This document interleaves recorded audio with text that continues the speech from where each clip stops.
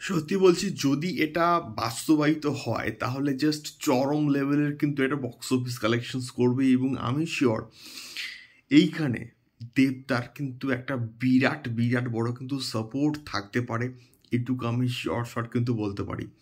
So hello guys, আমি Dipen, welcome back to my channel. So এখন আমি এই ভিডিওর মধ্যে কথা বলতে এসেছি একটা দুর্দান্ত বিষয়কে নিয়ে। শাকিব খান এবং রায়ান রাফির যে পার্টিকুলার প্রজেক্টটা আসার কথা রয়েছে কুরবানি ঈদে, এবং যার নাম হচ্ছে বেসিক্যালি তাণ্ডব, সেই পার্টিকুলার ছবিটা একটা চরম লেভেলের কিন্তু হবে, এবং তুফানের থেকেও একটা বিরাট স্কেলে এটাকে কিন্তু নির্মাণ করা হচ্ছে।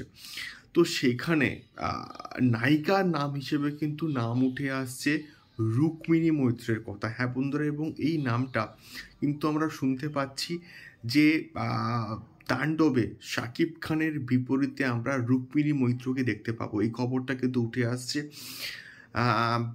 এর আগে তুফানে আমরা কিন্তু দেখতে পেয়েছিলাম মিমি চক্রবর্তীকে, এবং সেই পেয়ার আপটা দারুণ কিন্তু ছিল। মানে ব্যাপক একটা কিন্তু সাড়া ফেলেছিল, এবং রিসেন্টলি বরবাদের কিন্তু একটা আইটেম সঙ্গে নুসরাত জাহান কিন্তু থাকছে, এই খবরটাও কিন্তু আমরা পেয়েছি। তো এই যে পরপর টলিউড থেকে এই যে অভিনেত্রীদেরকে নিচ্ছে, এটা প্রচণ্ড ভালো একটা দিক, এবং বাংলাদেশ এবং ঢালিউড এবং এবং টলিউডের মধ্যেকার একটা কিন্তু মেলবন্ধন কিন্তু হচ্ছে। এবং যেহেতু তাণ্ডবকেও মোটামুটি প্রডিউস করবে আমাদের SBF, চরকি এবং আলফা, এই প্রত্যেকে কিন্তু রয়েছে। তো সেই দিক দিয়ে বিচার করলে এই কোলাবোরেশনটা আমার মনে হচ্ছে প্রচণ্ড ভালোভাবে কিন্তু ওয়ার্ক করবে।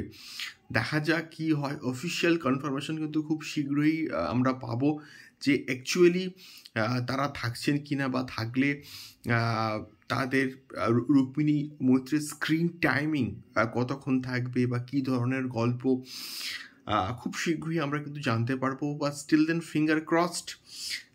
দেখা হচ্ছে পরবর্তী ভিডিওতে শাকিব খান সংক্রান্ত আরও অনেক অনেক আপডেটস নিয়ে। টাটা।